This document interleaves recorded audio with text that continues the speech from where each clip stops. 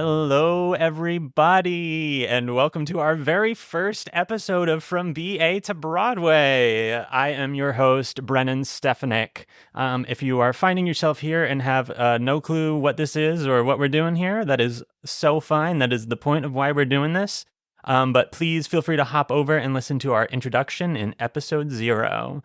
But without further ado, let's get into the very first episode. I have with me Broadway's very own Mr. Christopher Rice-Thomson. Hello, hello. Hi, thanks for having me. I can't believe I'm your first guest. You're the very first guest. This is a huge honor for you. I feel the same way. Me and everyone.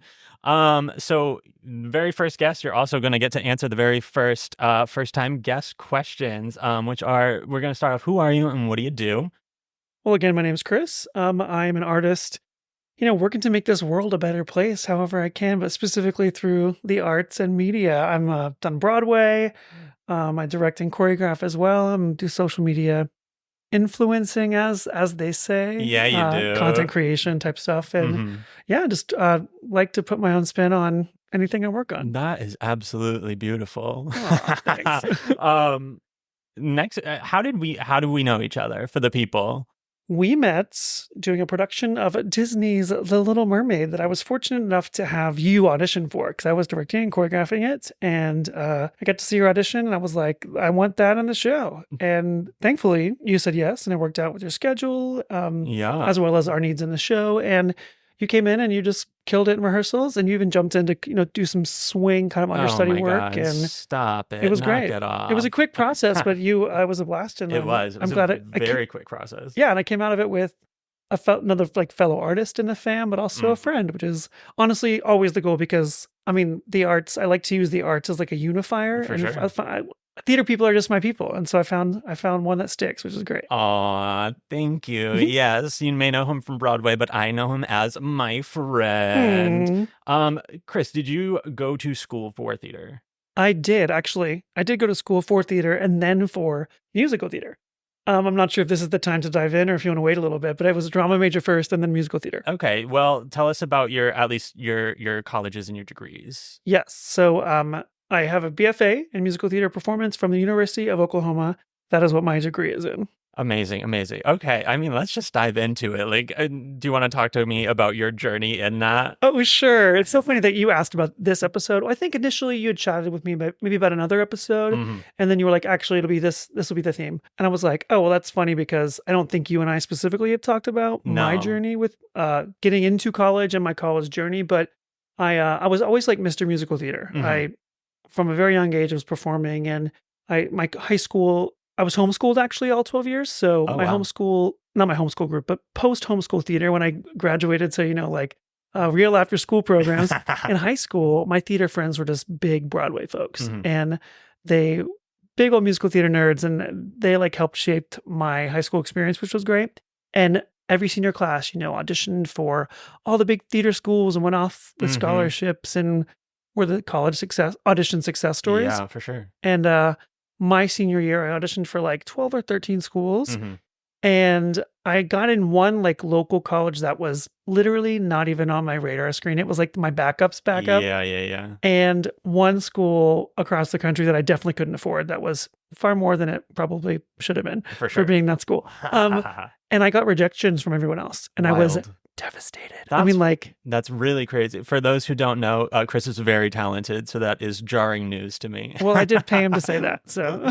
Yeah, no, that's okay. I mean, it was crazy. It was jarring to me, because I was, so much as an artist, I feel like we attach our emotions and our self-worth and just our value to what we produce and sometimes the projects we're a part of, which maybe isn't the healthiest thing. But me, I just really wanted to learn and grow and always study what I've always wanted to do. And for sure, I was faced with, a really tough situation. And through a crazy series of events, I had auditioned for the drama program at University of Oklahoma. And my friend also had gotten into his dream school before the audition and turned down the audition. He randomly got an acceptance to the drama department. And I got an email back that was like, you didn't show up for your audition. And I was like, they're not on top of it there. But Oh, geez. literally my acting teacher called someone there, was like, he's really good, please accept him. And they accepted me to a drama program.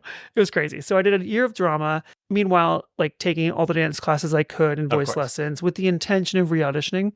And it just wrapped things up. I re-auditioned that like October, got waitlisted, and then the last day of my freshman year, I found out that somebody had chosen another school when I was waitlisted, and then I got bumped into a slot, and I was able to continue at the University of Oklahoma, but for musical theater the following year. So I did 1 year of drama, and then I got to join the musical theater program, where I did do 4 full years. Came out wrong, but yeah, 4 full years. And even then, I definitely had some things to prove, because for sure. the faculty had said no, and then they'd said waitlisted, and then I definitely felt, I had a few teachers who really believed in me, but it was an uphill battle for sure. And I had a teacher, when I was in the dance class, say, I don't know what I'm going to do with you, stand in the back. And then a few years later, I was assisting her classes. And then I had a voice teacher my senior year, tell me I was not going to get paid to ever sing professionally. And then thankfully, I proved them both wrong. It took a lot of work, but for sure. Yeah, it's a good reminder that you got to set your own goals and dreams, and then take everything else with a grain of salt. 100%. I think a very common theme that we are going to find throughout the course of this podcast is that there may be some toxicity in college programs and staffs, and there's a lot of unlearning and a lot of work that we have to do afterwards to kind of get out of that funk. I know for me, for sure, that was the case. And I think pretty much anyone that you find, there's going to be those things that you were told and those things that you need to train yourself to not believe anymore, Oh, 100%. I also feel like musical theater programs and theater programs in general are pretty new. For sure. Like in the last, 50 years. So there wasn't like a format of how to go about teaching those things in an appropriate and safe manner. So, everyone's done their best, I'm sure, but I think, as you just said, we have a lot of unlearning to do. For sure. And I think we as an industry are starting to really step up and fight for those things. So hopefully the educational system surrounding that will kind of change throughout the years, but hopefully you and I won't have to worry about that anymore. Yeah, hopefully so. We can go be guests somewhere and talk about our journeys, and then, leave it to somebody else. Some nice guest professor situations. For sure. For the folks at home who don't know, what is the college audition process typically like for getting into programs? Well, typically most people have, for musical theater at least, you sing a song or two, usually contrasting songs, perform a monologue depending on the school, and then usually some form of physical, dance technique evaluation. Yeah. And the crazy part is that, and if you're going through the audition process right now, every school has different requirements, whether it's a 32 bar cut, which is around 30 seconds of music, or shorter 16 bar cuts, or a full song, or half a song and a full song. And then is it just going to be a jazz combination? Is it going to be ballet, tap, jazz? Is there a modern component? It's really specific to each program, but there's just an evaluation of your talent to see where you're at and how you might fit in the program. For sure. Did you feel like you were properly trained, or did you feel prepared prior to going into college auditions? And what were you doing to kind of feel like you were in shape for that? I was doing everything I knew how in my own circle, in my own world, in my own little corner of Oklahoma. I was in musical theater classes. My parents really couldn't afford a lot of classes, but I was doing work study, and my teachers in the company I was, a part of, they were really, really sweet, and they took me in, and I was really in as many classes as I could manage with my time on top of school and, and with the finances. So I thought I was good to go, especially being a big fish in a smaller high school pond. Yeah. I thought I was, not in a cocky way, but I was just well, look around. I'm pretty good. So for sure, I'm sure I'll get in lots of places. And looking back, I don't think I was this person who had everything figured out, was really mature for my age and talent wise. I was quirky, gangly. I hadn't grown into myself physically, as well as, which is okay when you're 17 or 18, right? Not everybody should be expected to be for sure a final product. This is an audio podcast, so I will just describe that I am indeed 6 feet tall and very gangly. Hey, and that's okay. That's okay. Let me tell you, it sure is okay. But you look like a man though. You look very mature. I sure do. I definitely was giving you prepubescent, even though I was, graduating 100%, high school. 100%. But I did everything I could, and I thought I was. I did my audition coachings with my teachers, and they really invested a lot into me. Yeah. And I really do have a lot of things to thank them for, including my work ethic. And no one else I've ever trained with, even through college and beyond, has taught me more my work ethic like my high school theater teachers. For sure. While that didn't really come into play till later, or maybe that continued to drive me throughout, college and beyond, I don't think I was polished and ready to go in a competitive way. And I think, it's all about being competitive in the market that you're in. And I think I was just a little behind in 100%. those areas when I was auditioning for colleges, but I did what I could, And like that, that is wildly normal for those of you out there who are listening and being like, oh, I haven't done any of this stuff. That is incredibly normal. I mean, my town is like super duper small, like 97 kids graduating class. And I started doing theater my junior year of high school. I joined the drama club, which had just started the year before. Yeah, so we didn't have really like theater education in our school systems or anything. And like that was really the only outlet that I had to kind of like get into that. And then I started doing some little community theater, but once again, it's just like small town things. Like people haven't really been in the industry recently in those kinds of scenarios and stuff. So you're not necessarily getting the most like modern preparation into everything. Sure. Yeah, for sure. And like, I don't know, going into my senior year, I was just like terrified of, because there was nothing that I really loved and wanted to do and wanted to major in until I found theater. And then I just didn't have the knowledge or the tools to kind of figure out how to actually do that.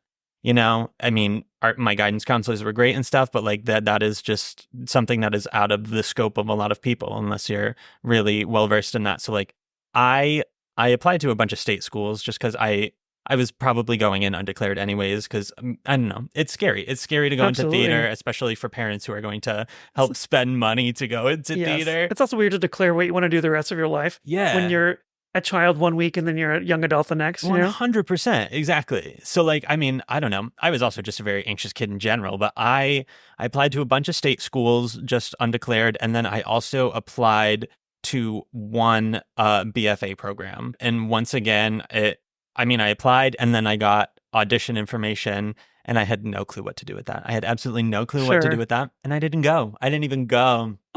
No, truly, but what else? What are you going to do? Like, just show up and make a fool of yourself? No, if you want to go, you want to do it. I don't know, full throttle with a lot of thought and, everything, but it's got to be intimidating. 100%. Not everybody has that access it's probably a little different now with technology. Like, yeah, that is true. Information that's out there, but still, I fully understand what you're saying. 100%. And like, yeah, I didn't really have the wherewithal to like really try and figure out how to do that either. It was just so daunting. So yeah, I didn't even go. I didn't even audition, so obviously did not get into that school. And like looking back, like it all makes sense. Do I have regrets? Very like minuscule. Auditioning for The Little Mermaid being your first big regret. Oh yeah. I don't think I'm legally allowed to say that on this podcast. He's glaring at me right now, you can't even see it. But yeah, so like I ended up going to a state school and I have just a BA, a general theater degree, no specific concentration. Like, I mean, my focuses were in acting and costume design, but I didn't necessarily have like a clear course on what I was going to be doing and how I was going to pursue a career in the industry. I definitely was meant to go where I ended up. I just really became a person, like a real person at college and whatnot. For sure. And I went to a super big school, like super diverse. Like that was like my first slice of what the real world is. And I think that I needed to experience that first before I actually started like pursuing the career for real and like figuring out how to do that, Like I think my college experience was more of building me as a person than it was as a performer. And granted, like I was still learning things for sure, but like I think when I look back at my college experience, the things that I remember the most are like the people and the times that I had and the lessons I learned, and not necessarily so much of the education. Sorry, mom and dad and my student loan company.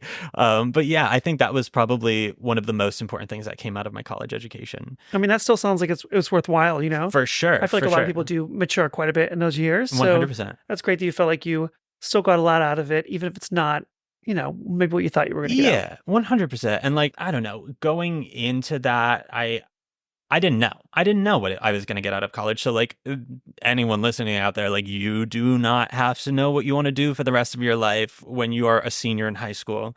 You don't have to know what you want to do for the rest of your life when you're 27, you know? And even if you think you know what you want to do with your life at 18, you may not. That may not be the case anyway. So for sure. No matter what your journey is, you'll be all right. Exactly. So that was definitely my thing. And then after I graduated is when I really had to like learn everything. Like I had acting training and whatnot, but like we didn't have a voice program. We didn't have musical theater, essentially. We didn't have dance. So like, No wonder you can't sing. oh, interesting. Just kidding. You could have said dance and that would have been fine, but singing is knife through the heart. interesting. No, but yeah, so like after I graduated is when I actually started taking voice lessons, and like I was working actually costumes. I was working costumes regionally, and that is how I started to meet people in the industry and like kind of figure it out. But it was like getting a secondhand education. I was like really mooching off of everyone I know, which is like definitely an amazing resource. Like if you've got the people in your life, absolutely lean on them as much as you possibly can. But that was pretty much how I learned how to do this thing. I started just taking in what I could when I was backstage and whatnot. And then there was a little pandemic that happened. And that was like right at the cusp of like when I really started to like go start auditioning. Sure. Which was absolutely wild. But then I did have a little bit more time to like figure things out and like learn some more. So that way when it was over, I had more of a clue as to what I was doing. Definitely didn't have a full clue. Still don't have a full clue. We're all still figuring it out, aren't we? That's what we're here for, baby. But yeah, so I don't know. Theater education is just so weird, and it's complex, and it's not for everybody. And it's for sure. It is what you make of it, I think, For sure. I mean, I think that's also really important to repeat, is that it is not for everybody, and that is so okay. Well, I think education is for everyone, whether it's college education or conservatory. Sorry, yeah. No, but like just to clarify, so no one mishears. Here's the deal. You got to be good to work in the industry, no matter. You got to be really good. Exactly. But so there is training is involved, but I guess the way you get the training may differ. 100%. And like, I think it's important to note that there are other options in college. There are plenty of other options, especially in New York City. Granted, you might be spending just as much money as if you went to college, but yeah, no, that's kind of a very unfortunate thing, is that it's an expensive industry. It is definitely an expensive industry, but when you're doing the thing and you really start to feel that there's nothing else you'd rather be doing, then that's what gets you through. That's why you do it. 100%.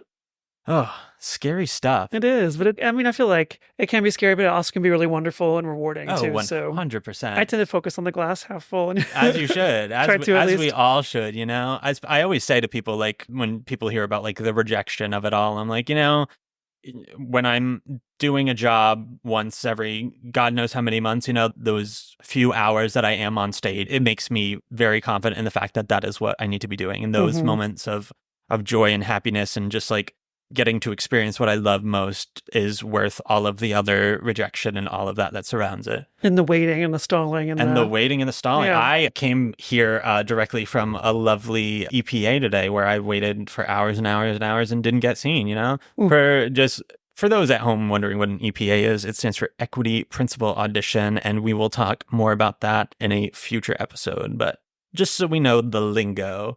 You're a principal in my heart. Oh my God. Wow. Thank you so much. That must be a very low bar, but I appreciate it. But yeah, it's a crazy time. And also just like accessibility is something that's so all over the place in this industry, whether it's for getting jobs or simply being able to see shows or whatever, There's a lot of classism and stuff that falls into it, and it can be really tricky. So yeah, I mean, that is also another reason why we're here, is to just try and provide as much knowledge and like as many resources as we possibly can out there, because everyone should be able to follow their dreams. And I'm going to repeat that for literally everyone out there, not just theater makers. Everyone should be able to follow their dreams. That is something that should be allowed in this world. And unfortunately, a lot of people don't do that. A lot of people, it's just very scary. So people don't do that, But I'm a firm believer that is the step towards the perfect world, is people doing what they love, I agree.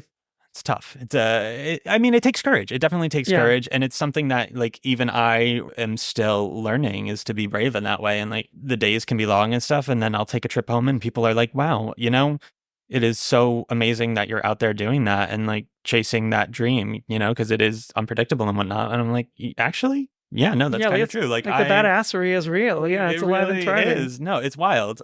So I mean, you gotta focus on those things. That's what really keeps you going in this world and whatnot. Especially with like college and stuff. Like I didn't know going into college like what I was good at. I think it's kind of unfortunate, but I learned very quickly when I got to college that I was not an academic. I just really wasn't Ugh, an academic. I wasn't either. And like, I mean, I got through middle school and high school, like honor roll and stuff, but it was a struggle. It was a big old struggle bus.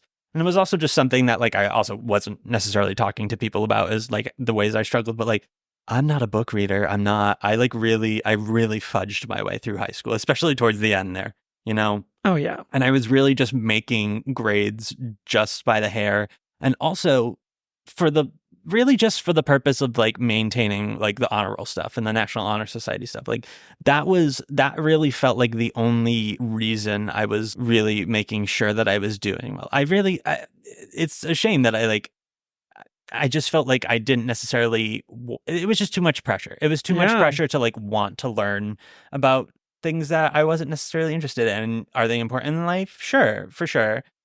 Some of them.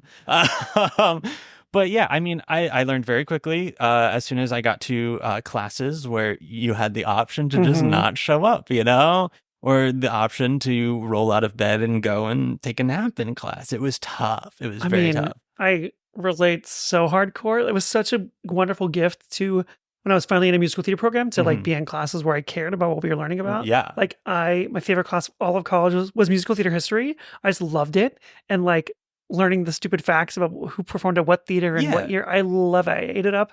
And like my gen eds, don't get me wrong, I did graduate with distinction, not quite honors, but distinction. Yeah. So I'll take it. But I mean, there was some like art history class where it was just like lectures all the time. And all you needed to know for the final was the name of the painting, who painted it, year, and like what style it was in. Insane. And I didn't go to class the whole semester. And then the week leading up to the final, I like memorized them all.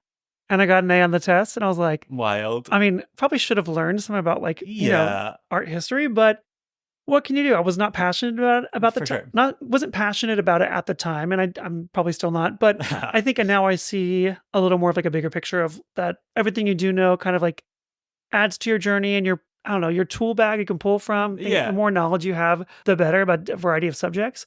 But at the time, I was like, if it wasn't about Broadway or theater, I didn't want anything to do with it. Yeah, I mean, also, like, I don't know. Let us just make this clear. We are not advocating for everyone to go to college and not show up to class. Sure, but I'm being transparent too. No, for sure, for sure. It's one of those things that you don't necessarily learn until you have the freedom to learn it. I once you get to college, you're an adult, you're on your own, you're just figuring things out. And like, that is one of the lessons that I learned. But then also like, then you start taking theater classes and you're like, wow, I get to go to class and play pretend and love it and learn from it and like grow as a person and be really vulnerable at 9 a.m. But like, it's one of those things where that's when it clicks, that's when it clicks. That's when, and then your gen eds are like, not nearly as cool, but. Do you still have nightmares about like school? Like my recurring dream is that I like, math was always what I was the worst at and probably, ask my husband, still terrible at.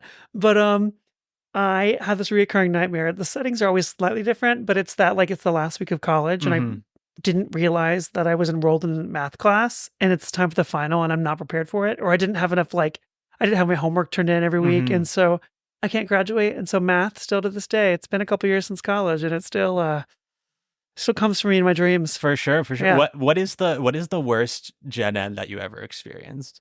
Okay, so no disrespect to the beautiful language of Kiowa, but in Oklahoma, where I went to school, I took my foreign language. I did Kiowa for 2 semesters, which is sadly, it's a dying Native American language. And there were less than 100 people, maybe it was less than like 50 people alive when I was in college that still spoke the language. Oh my goodness. And obviously there's a big Native American influence in Oklahoma. And I think to help, enrich and empower, this tribe, they offered this language at my school as a foreign language. And I was great at it then, but let me tell you, I've never used it in life. For One, sure. because no one else that I've interacted with speaks it, but also if you don't use it, you lose it. And I have lost the ability to speak anything in Kiowa. That's for sure. Oh, that's rough. Yeah. Also, foreign language requirements are important for sure. Y'all like get cultured to the extent that you can and want to. But like the foreign language I took in college was Spanish. I had taken some Spanish in high school. And also, like, I don't know, I was just so deep into theater stuff, and I still had so many more credits in that field that I needed to take. So I tried to take the easy route. I really did. And then our Spanish program at my school ended up being wicked bad. It was just a very horribly structured Spanish program. I thought you were going to say it was really difficult, but it was just... It was, I mean, it was difficult, but it's because the structure was very bad. And they ended up, I had gotten 3 levels into Spanish when the whole department decided to restructure. So instead, what they did was they took all of the stuff that you learn in Spanish 1 and 2, and they distributed it like all between 1, 2, 3, and 4. So and you had to make it to the fourth level of it. What? So I had just finished Spanish 3, real struggle bus, real struggle bus. And I had signed up to do Spanish 4 online during the summer when they announced that. And I was like, oh my God, wait. So theoretically, I've learned everything that they are declaring that we should have to. So I emailed the department. And I was like, sure. Yeah. I was like, hey, like I already completed all of this work. Like, can we absolve like that last year? And they were like, no. They said, no, please give us your money and spend more money on this course, which was wild. It was absolutely wild. And that is loco. No. See what I did there? Hey. See. Oh, dear God. Yeah, no, it was really crazy. So yeah, once again, I fudged my way through that nice online class. I think I ended with a C or C minus. Sure. Got out of there alive, and that's all I really cared about. And C's get degrees, folks. They sure do, baby. They sure do. And no one's, I know you have to show your transcript for some jobs or whatever, but no one's ever looked at my college transcript, and no one cares what I mean, I have a degree, which is wonderful. Yeah. But yeah, my no one's GPA is on my resume. Are people looking at it? Who's to say? Sure. We sing and dance. So yeah, I don't know. Gen Eds were just really draining. They were really draining. But there's also a lot of people in theater and many different fields within theater that excelled at school. And I've done multiple shows with people that have been getting their master's degree while performing a Broadway show or on tour. Sure. And so some people really thrive in the academic world and they love that challenge. Yeah. For me, it was never, that was like a means to an end. I needed the training, hence the reason I chose college. But, getting through that, and then I wanted to get through those classes to do what I wanted to do and spend time in the world I wanted to spend time in. And some people, they love the academic challenge. Oh, yeah. That just is not me. I mean, to each their own. To each their own. You see it all the time. I have a best friend who literally had 3 degrees in college, one of which was theater, and she's now wildly successful in the theatrical field, and she's really doing the thing. But I think she also studied psychology and education, I think were the other 2. Don't quote me on that. It's crazy because you hear people say like, if you have a backup plan, you will use it. You'll fall back. Yeah. And that's not always true. Some people diversify themselves within their studies and into performing or in the arts. And it's like, just because they have an education degree and whatever, psychology, that's wonderful. But it's also crazy that I mean, the exact opposite proves to be true in that situation. For sure. I have a minor. I have a minor with my theater degree. I had a minor in education. How did you have time? That's amazing to me. That's a fantastic question that I still don't know the answer to. I think I do. I think if you look at my grades as the years went on, there's a pretty clear representation there. But it was crazy. That was one of those things. Once again, it was a fallback situation where I was like, at the end of the day, if I have an education minor, I can potentially teach theater if things don't work out. It's one of those things where everyone's like, oh, what's your plan B? What is your plan B? And there's just, I don't know. I heard that from the moment I entered college. And it's like, that put so much pressure on me in that regard. You heard what is your backup plan when you were in college? Once I got to college, people were like, oh, you go to school for theater? Cool. What would do you have a fallback just in case? And it's like, I mean, yeah, I do, but that's only because people told me I should. Sure. And I guess, I mean, I will say, I don't think any parents are perfect, but my parents, definitely aren't. We have had our differences over the years, but when it came to supporting me in the arts, they do nothing about theater or musical theater at all. My mom enjoyed watching movie musicals, but that was about it. 100%. However, my parents were just always like, oh yeah, you're going to do what you want to do. If you want to be on Broadway, yeah, you're going to do it. And they always blindly supported me, which is such a gift to have their support in that area. And over the years, it really, they never said what's your backup plan or whatever, or hey, you can try this if if you don't succeed, maybe because they were not invested in it, they were not like they didn't assist me financially through anything. When I moved to New York, it was not like, we'll give you 1 year, then we're not going to pay rent. It was never about, they never supported me in that way. So maybe it was just like, you want to do this, you got to make it work. Yeah. But I'm thankful. I know not everybody has that support. For sure. In the family life, or even, like I mentioned, I didn't have that support from some of my faculty, but it is so much a decision of oneself to say, okay, I'm going to do this no matter what. Yeah. Or, okay, like, what are my options? I don't think being aware of how hard the business is a bad thing either, because the business is totally very tough. So, I mean, I learned at one time in my life, trying to get into college, I learned that musical theater is a tough business. And, some people, learn that at different times, but it's quite wild. So I guess all this to say, I'm thankful my parents supported me and kind of were just like, yeah, you'll do it. We don't know what Broadway is, but 100%. You'll do it, which is nice.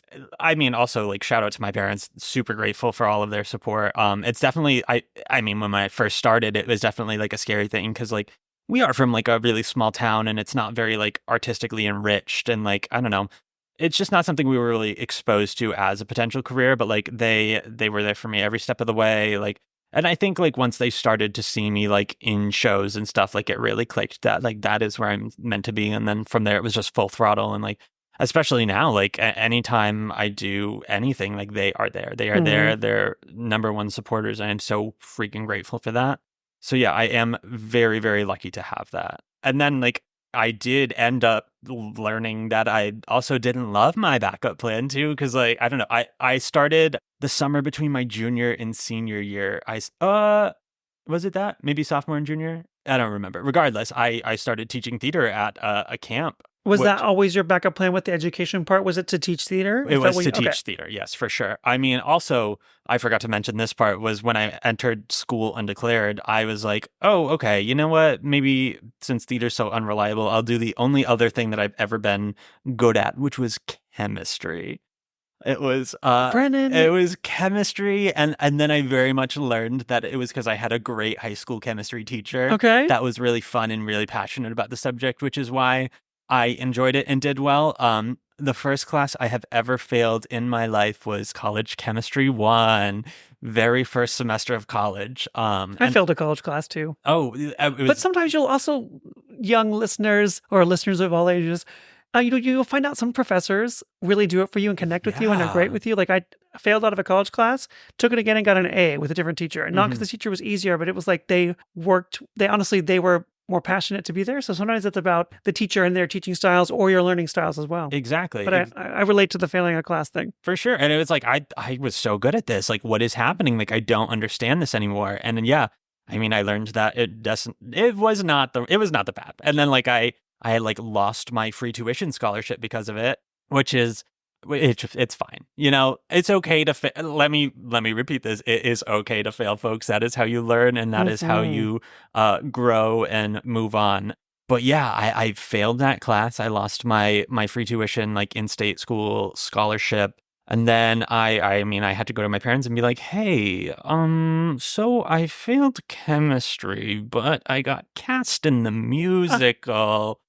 So, and they were like, okay, yeah, you can study theater. And I was like, nice. Yeah. Shout out to my dear friend Katie Garrity for casting me in my first ever college show. It was Legally Blonde. And that was to this day one of the most magical theatrical experiences I've ever had. Like, but you were a wonderful Vivian, so that's why. Oh my God, how'd you know? Wow. No, I was Aaron Schultz in the JetBlue pilot. Thank you. Thank you. Indeed. And it was just it was such a great cast. First of all, like it was cast awesome. Everyone knew their stuff immediately, and then it really just gave me the confidence where I was like, wow, these people are like stars. These people are so professional, and I am there with them. You are among the stars, I can my do friend. this. Yeah. I can do this. So yeah, it was a very important like learning experience for me in that regard.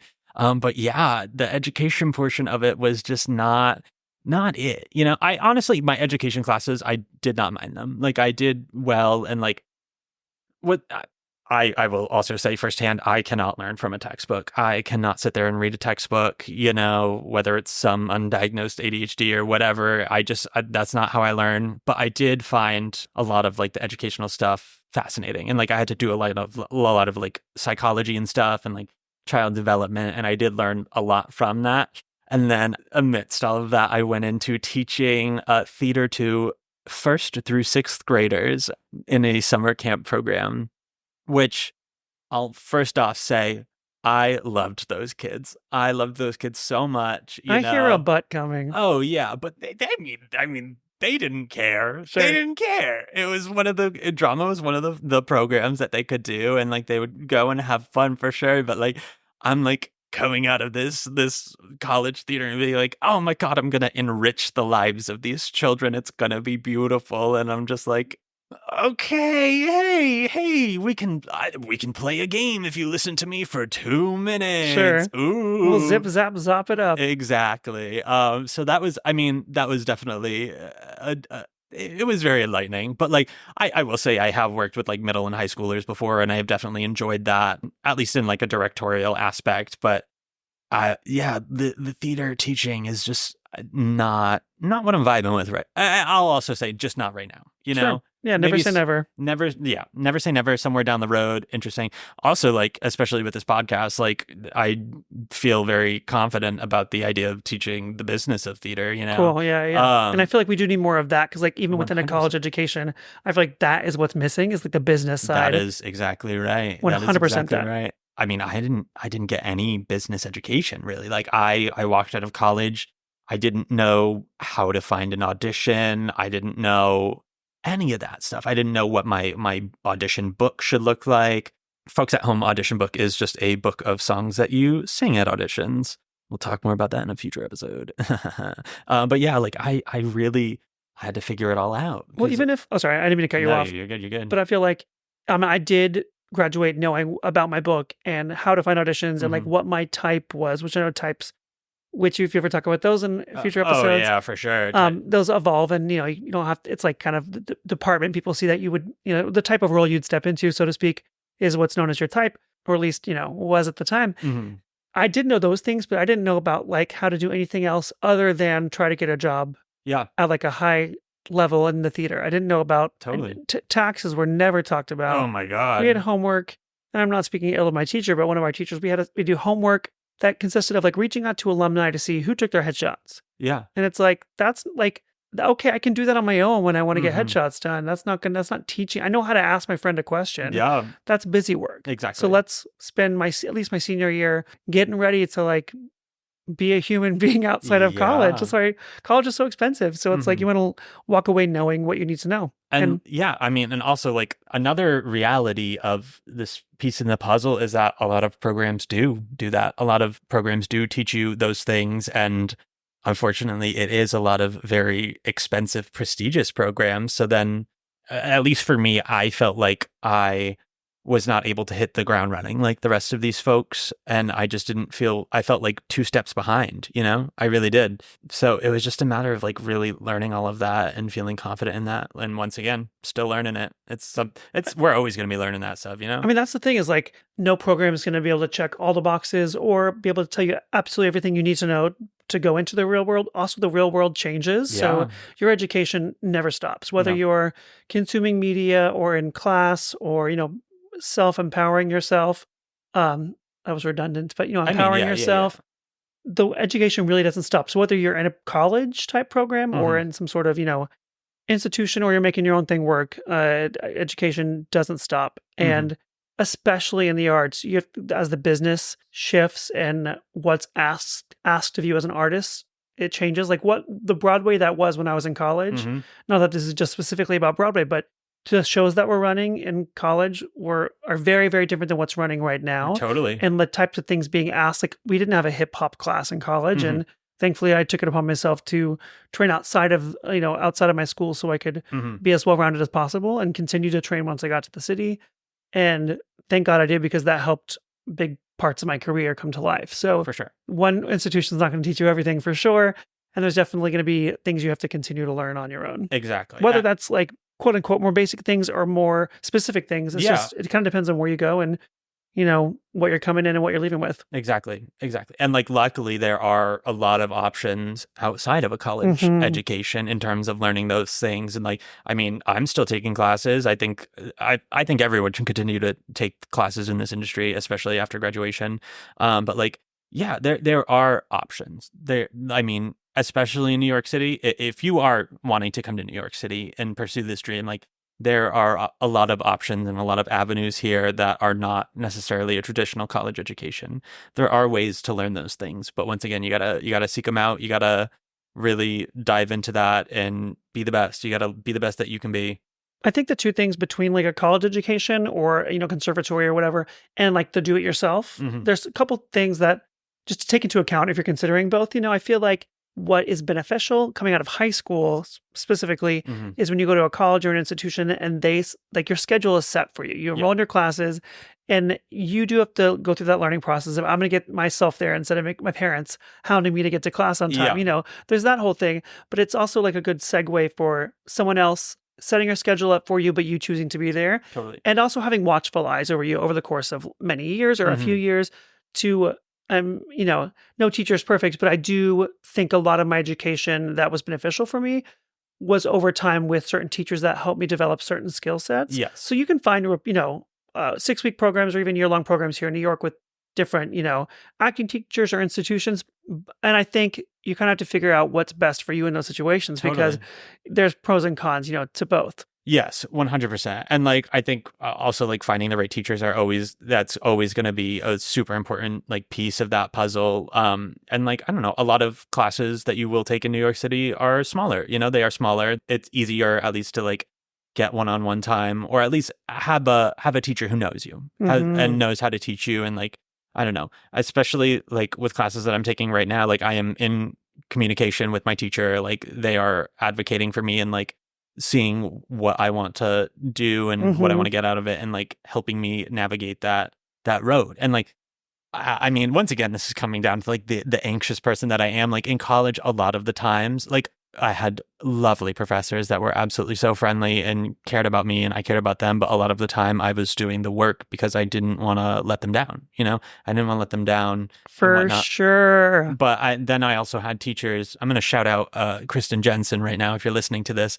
Who was my costume design professor, who, I mean, she saw my passion, and she like helped nurture that in every way possible. Like, and especially when I was like doing 1 million things at once in college and booked with like 3 shows or whatever in different capacities and really just like struggling to find time or whatever, like she was able to just like take a step back and like see what my circumstances were and just like really help me learn in ways around that, and I am forever grateful to her. And that is like, I don't know, one of the most transformational like teacher experiences I've ever had is like that. So like, it's important to find the ways you learn best. And once again, I think that ties into the whole, should you go to college or not? But once you find those ways, then I don't know, things get, I don't want to say easier, but things make a lot more sense to you. They click for sure. Exactly. Shout out to all the great teachers out there.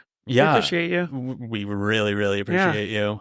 And look at you now. You're being a teacher in a way. You're sharing what you know. Yeah, I mean... And what you're learning on your journey with the world. That's pretty cool. Once again, I really appreciate that. I do. This is, I don't know, something that I'm passionate about because, like, I am out here doing it and I still have so many questions and, like, you got to ask them. You got to ask them no matter how dumb you feel or, like, I don't know.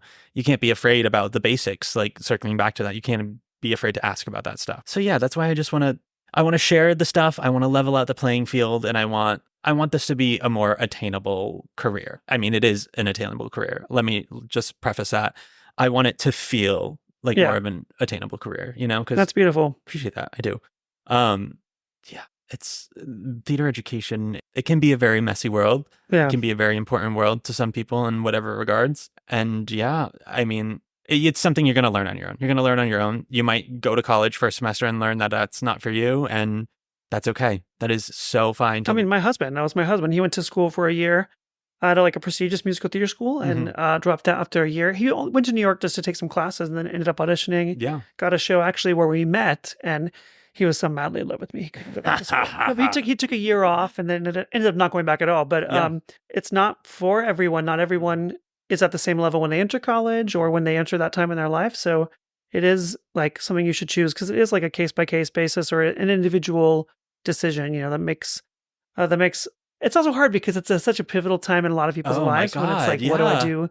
You know, what basket am I putting all these eggs into? You know, and but it is something you just have to evaluate for yourself and see if it's right for you. For sure. I mean, like going back, like I became a human in college. Like you expect me to leave high school and have to become a full-fledged human being and also be passionate about a career and learn how to do that all at the same time? That's crazy. And be able to pay for school. And then be able to pay for school.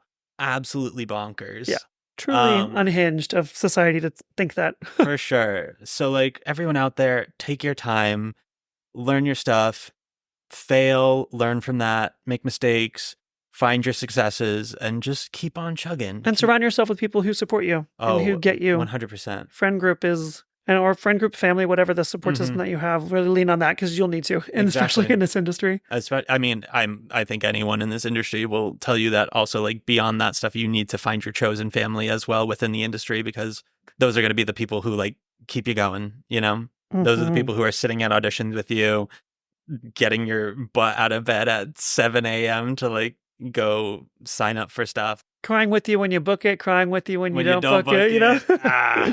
Yeah, too real, too real. Yeah, that's exactly why we're here. And I can't wait to just keep on diving into all of this stuff. In terms of like what folks can expect, we will be back here weekly. I'll have a new guest every week and we'll be breaking down everything in the industry. Also, if you have any questions or whatever, please reach out to us on all platforms. You can find us at BA to Broadway on all social media networks. Please leave some comments, send the DMs, ask the questions. And I mean, that'll help inform us of what we should be talking about. And we're going to try and get everyone feeling good. We're going to get everyone feeling good about this. That's a beautiful goal and a beautiful mission. I love that. 100%, because support is very important. And another way you can help support is by joining our Patreon. Feel free to check that out, folks. Literally no pressure. We will not be gatekeeping any information via the Patreon. Patreon's going to be primarily fun little bonus content and whatnot. You can hear about some audition horror stories and wacky survival jobs. And yeah, we'll be posting bonus content. You'll have some special previews as well. And Chris has agreed that if we reach 100 Patreon followers in the first week, he will shave off his mustache. I'll do it for you all. Yeah, and the 100th Patreon member will get some of that in a bag. No, that is a lie. I'm so sorry. Live, laugh, lie. But yeah, feel free to support us on there. It'll keep the pod going stronger and whatnot. And yeah, I'm excited for this journey. Chris, where can folks find you? You can find me several places. I'm on Instagram, TikTok, and Threads, and YouTube, actually, all with the username Chris Rice, NY, like New York. Yes, my name is Chris Rice-Thomson, but username was chosen a long time ago, and I'm like OG verified on Instagram, so I can't change it. Wild. I can't. I tried to change it when I got married, and unable to. Yeah. That's crazy. It is crazy. But Chris Rice NY, and love to connect with you on there. You can comment and say that you found me through this podcast, and I'll love to say hi back. Absolutely. Well, thank you so much, Chris. Thank you so much, everyone out there. And stay tuned for next week. I can't wait. Let's go. Woo, woo, woo, woo. From BA to Broadway is created, produced, and edited by Brennan Stefanik. Music by Dylan Kaufman, and graphic design by Jordan Vongsithi.